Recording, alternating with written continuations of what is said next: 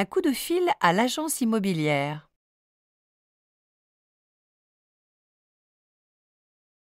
Bonjour monsieur, je téléphone à propos de l'appartement à louer rue Couperin. Je peux vous poser quelques questions? Oui, Quelques questions? oui, bien sûr. L'appartement fait quelle surface exactement? Il fait 52 mètres carrés. C'est un bel appartement récent. Uhum. Il y a combien de pièces? 3 pièces au total, plus une cuisine et une salle de bain. L'appartement donne sur la rue? Non, il donne sur un petit jardin. C'est charmant et très calme. Il est chauffé au gaz ou à l'électricité? Il est chauffé à l'électricité, monsieur.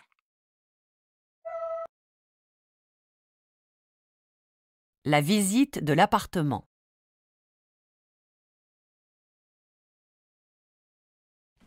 Uhum. Ce n'est pas en très bon état. Oh, il faut juste repeindre et ça va être parfait. Parfait. Il y a plusieurs trous dans les murs. Ça n'est rien du tout. Vous allez voir. Où est le jardin? Eh bien, il est là. Ah, un arbre devant un mur, pour vous, c'est un jardin. Oui, le jardin n'est pas grand, mais c'est très calme. Ah oui, c'est très calme, mais c'est sombre. Et moi, j'ai absolument besoin de lumière. 3. Quelques petits problèmes. J'entends un bruit bizarre, un bruit de plomberie. Et qu'est-ce que c'est? Il y a un tout petit problème aux toilettes, mais ce n'est pas grave. Nous allons réparer cette fuite très facilement. Passons à la cuisine. Elle n'est pas équipée, je vois. Il n'y a rien, pas de placard, pas de réfrigérateur. Je n'ai pas envie de faire tous les travaux. Et le loyer est de combien? 770 €, monsieur. 770 € pour un appartement en mauvais état? Ah non merci. En plus, il n'y a pas assez de place et trop de problèmes ici.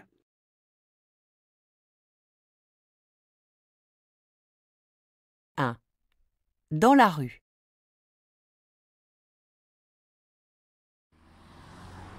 Pardon madame, pour aller à la gare s'il vous plaît. Vous êtes à pied ou en voiture? À pied? C'est loin d'ici? Eh bien, ce n'est pas tout près. Alors, vous allez prendre l'avenue Jean Jaurès, là, en face de vous. Là, tout droit? Oui, c'est ça. Vous allez arriver à un pont. Vous traversez ce pont et ensuite, vous prenez la 3e. Non, la 4e à gauche. Puis tout de suite à droite. Et vous allez arriver devant la gare. Merci beaucoup madame. Qu'est-ce qu'elle a dit? Je prends l'avenue en face. J'arrive à un pont, je traverse ce pont. Et après... À gauche? À droite? Oh, zut, j'ai oublié. Pardon monsieur, je cherche la gare s'il vous plaît.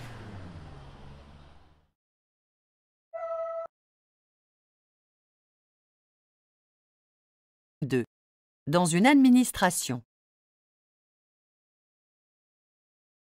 Pardon, monsieur, où se trouve le bureau numéro 47? Eh bien, vous prenez l'escalier B, là, à gauche, et vous montez au 4e étage. Vous prenez le grand couloir devant vous, vous continuez tout droit, et vous allez voir le bureau 47. Attention, nous sommes en train de repeindre le couloir. Il n'y a pas d'ascenseur?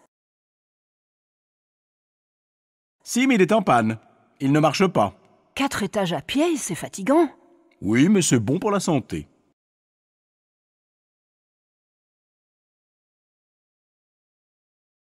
Valentine s'installe.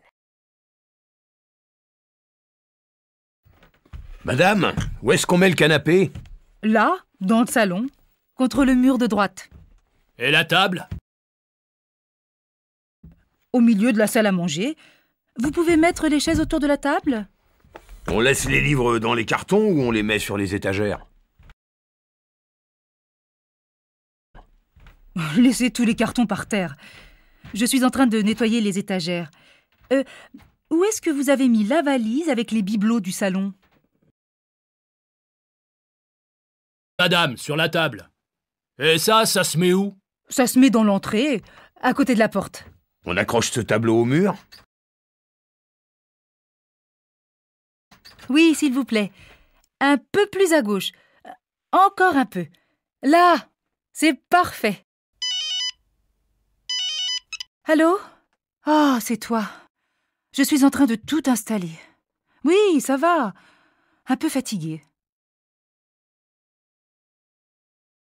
Les présentations. Bonjour madame, Philippe Le Goff. Enchanté, monsieur. Je vous présente deux de mes collaborateurs, Sébastien Meyer, notre responsable clientèle. Bonjour, madame. Enchanté. Enchanté. Je vous ai déjà parlé au téléphone, je crois. Et Jean-Paul Becker, notre responsable de la fabrication. Enchanté, madame. Enchanté, monsieur. L'organisation de la réunion. Bonjour Solange, juste une petite question. Vous avez téléphoné à Benoît et Vincent? Évidemment, je leur ai téléphoné. Je leur ai confirmé l'heure de la réunion. Très bien. Vous leur avez envoyé l'adresse du centre de conférence? Bien sûr, je leur ai tout transmis. Ils m'ont aussi demandé votre adresse électronique. Je leur ai seulement donné votre adresse professionnelle. Vous avez bien fait. Est-ce que je vous ai donné l'ordre du jour de la réunion? Non, pas encore. Une discussion difficile. Regarde, j'ai reçu les chiffres du trimestre. Ils sont franchement mauvais. Comment est-ce que je vais présenter ça à Étienne? Tu peux lui expliquer que les coûts de fabrication ont augmenté.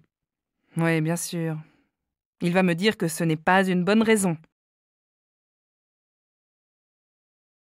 Quand est-ce que tu dois lui donner ses résultats? Demain matin. Il nous a demandé un rapport complet sur la situation. La discussion ne va pas être facile. Une réunion reportée. Patrice m'a demandé de reporter la réunion de mardi à jeudi. Apparemment, certains fournisseurs ne sont pas disponibles ce jour-là. Tiens, c'est bizarre, il ne m'a rien dit. Il ne m'a même pas demandé de détails sur nos concurrents. Il veut probablement travailler un peu plus sur ses dossiers. Il doit être parfaitement préparé pour ce genre de discussion. Au fait, comment s'appelle le fabricant de portes? Il s'appelle Loïc Quéré. Ah, ses collègues.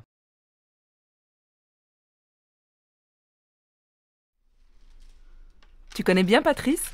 Ah oui, hélas, je le connais. Je le déteste. Je le trouve vraiment antipathique. Il a l'air faux. En plus, il est froid, distant, arrogant. De toute façon, il ne me parle jamais.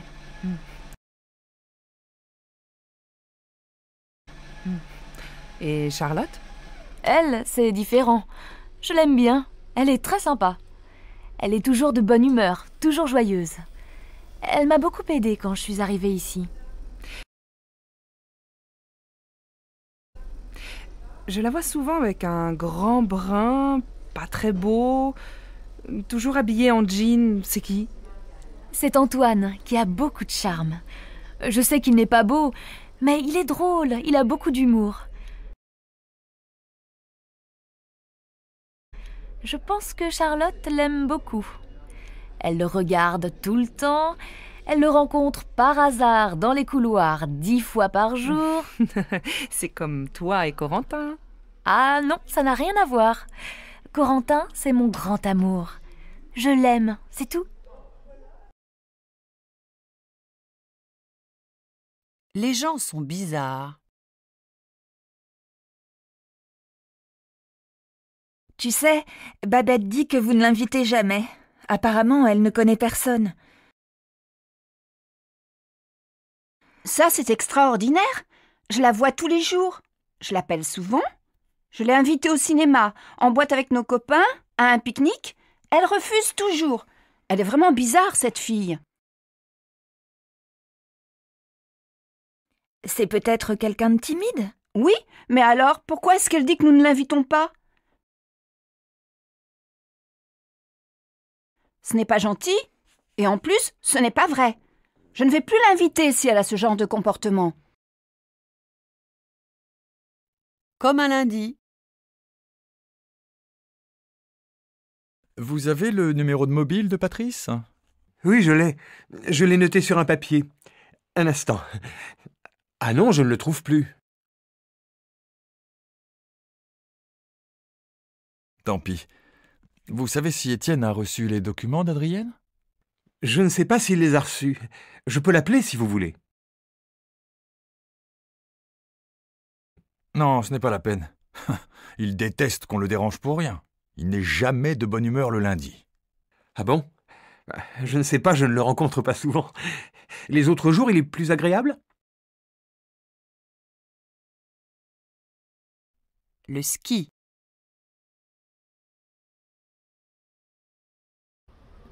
Vous partirez au sport d'hiver cette année? Oui, on ira dans les Alpes en février. Thomas montera sur des skis pour la première fois de sa vie. Étienne lui apprendra à skier? Oui, il lui apprendra. Les enfants apprennent tellement vite. Vous resterez combien de temps? Si personne n'a d'accident, nous resterons 1 semaine. Tu sais bien skier? Ouf, non, pas vraiment. Je suis débutante, alors je prendrai des cours avec un moniteur et je m'entraînerai sur les pistes vertes et peut-être les bleues. Comme Étienne est un skieur confirmé, il passera ses journées sur les pistes rouges et noires. Tu prendras les remontées mécaniques? Oui, mais j'ai horreur de ça. J'ai le vertige. J'essaierai de fermer les yeux. Si c'est vraiment trop difficile, je changerai d'activité et je ferai du ski de fond. Une mère inquiète. Tu m'appelleras quand tu arriveras. Oui, maman. Et si tu n'es pas là, je te laisserai un message sur ton répondeur. Oh, je serai là. J'attendrai ton coup de fil. J'espère que tu n'auras pas d'accident. Je suis toujours inquiète quand vous partez. Si tu te casses la jambe, qu'est-ce que vous ferez? Mais maman, on n'est pas encore parti et tu imagines le pire. Tout ira bien, calme-toi. Oui, mais si tu tombes, qui t'aidera? Tout le monde m'aidera, maman. Il y aura des centaines de skieurs. Justement, s'il y a trop de monde, tu ne pourras pas skier tranquillement. Maman.